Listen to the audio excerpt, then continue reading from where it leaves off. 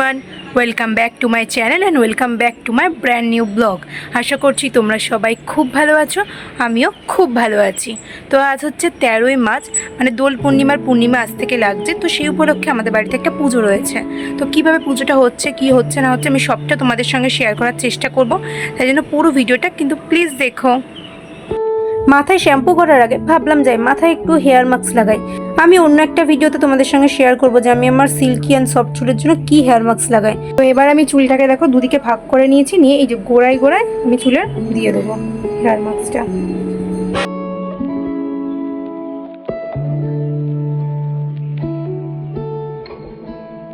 তো দেখো আমার মাথায় কিন্তু হেয়ার মাস্ক লাগানো হয়ে গেছে। এবার আমি 1.5 থেকে মোটামুটি 2 ঘন্টা মতো এটাকে মাথায় লাগিয়ে রেখে তারপরে আমি শ্যাম্পু করে নেবো।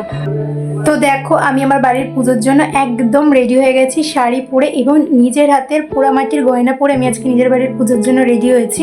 তো এই গয়নাটা আমি বানানোর একটা ভিডিও করেছি, খুব শীঘ্রই চেষ্টা করবো আমি ফুল ভিডিওটা আপলোড করার জন্য, কিন্তু অবশ্যই আমার চ্যানেলে চোখ রেখো। আর এর একটা সম্পূর্ণ গেট রেডি উইথ মি আমি ভিডিও আপলোড করেছি, প্লিজ ওটাও একবার চেক আউট করে এসো। আর আমাকে কেমন লাগছে জানাতে কিন্তু ভুলো না।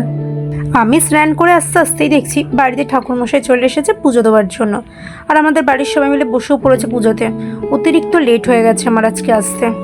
আসলে প্রত্যেক বছর দোল পূর্ণিমার দিনই আমাদের বাড়িতে এই সত্যনারায়ণ পুজোটা করা হয়। তো এই বছর যেহেতু দোল পূর্ণিমা পড়েছিল বৃহস্পতিবার, মানে 13ই মার্চ, সেই জন্য সেই পূর্ণিমা তিথিতেই আমরা বাড়িতে পুজো করে নিচ্ছি। এই পুজোর সব জোগাড়ই আমার মা, বাবা, দিদি মিলেই করেছে। এই যে দেখো কত সুন্দর করে সাজিয়ে গুছিয়ে দিয়েছে পুজোর জায়গাটা। এখানে এটা কিসের প্রিপারেশন চলছে বলো তো? তোমরা কি গেস করতে পারছো? আরে বলে দিচ্ছি আমি, এটা হচ্ছে সিন্নির প্রিপারেশন। আমার তো সিন্নি খেতে খুব ভালো লাগে। বাড়ির সকলেই সেদিন আমরা উপোস ছিলাম। তো দেখো আমরা বসে পড়েছি এখানে অঞ্জলি দেওয়ার জন্য। চলো ঝটপট করে আগে অঞ্জলিটা দিয়ে নিই। ওম তাং দেবায়ং জগতাং নাথায়ং তাং ত্রি। প্রত্যেক বছরই এই দোল পূর্ণিমার সত্যনারায়ণ পুজোর দিন আমাদের বাড়িতে এরকম হোমযজ্ঞের আয়োজন করা হয়। তো দেখো এখানে পুরোহিত মশাই হোমের আয়োজন করেছে, তো সেই হোমটাই হচ্ছে। ওম শ্রী বিষ্ণবে মধুসূদন।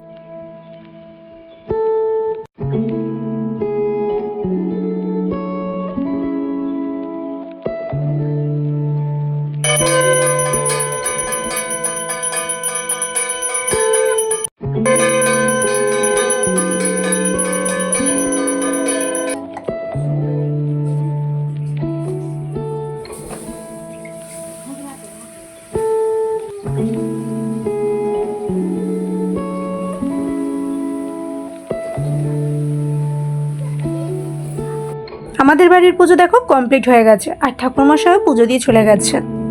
সকাল থেকে আমরা যেহেতু উপোস ছিলাম, তাই আমরা সকলেই এই চরণামৃত খেয়েই উপোস ভেঙেছি আমাদের। পুজোর শেষে দেখো এখানে আমার বাবা এবার সিন্নিটা মেখে নিচ্ছে।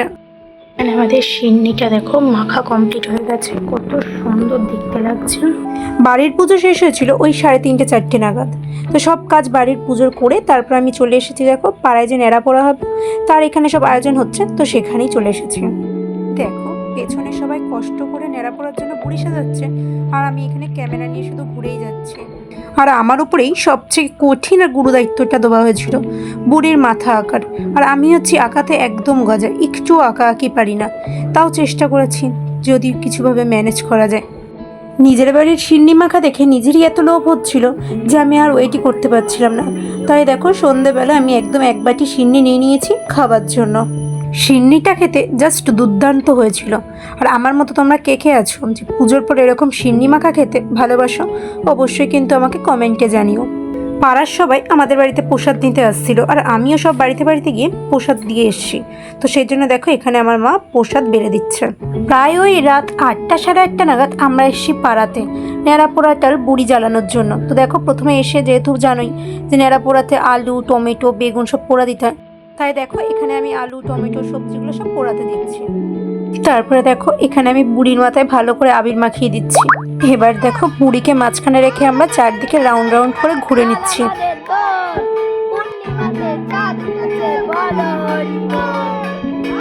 আমাদের পাড়াতে ন্যাড়াপোড়া করার মতো একদমই জায়গা নেই, তাই অনেক বছরই ন্যাড়াপোড়া বন্ধ ছিল। কিন্তু পাড়ার বাচ্চাদের ইচ্ছায় আর বড়দের উদ্যোগে আমরা একদম ছোট করেই দেখো ন্যাড়াপোড়ার আয়োজন করেছি পাড়ার একদম রাস্তার একটা ধারে। ছোটোবেলায় এই দিনগুলোতে কত মজা করতাম, আর এখন তো এসবের থেকে বাচ্চাদের ন্যাকি উঠে গেছে, জানিই না এগুলোতে কী করতে হয় না করতে হয়।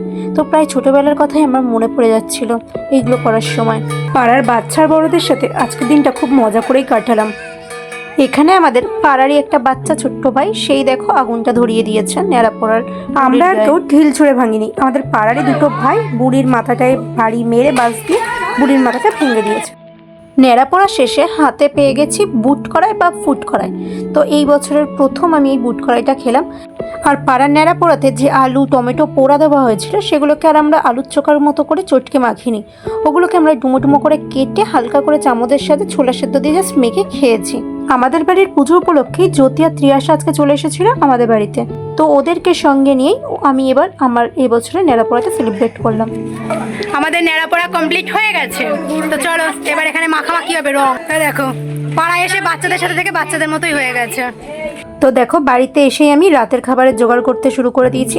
রাতে যেহেতু আজকে নিরামিষ, তার উপর ভাত খাওয়া যাবে না, পূর্ণিমা, তাই আজকে আমাদের রাতের মেনুতে ছিল লুচি আর সাথে আলু চচ্চড়ি। নিজের হাতে বানানো প্রত্যেকটা লুচি যখন ফোলে তখন কিন্তু আলাদাই একটা তৃপ্তি লাগে, কি তাই না? তো এখন বাজে প্রায় রাত 10:30, আমাদের খাওয়া দাওয়া কমপ্লিট হয়ে গেছে।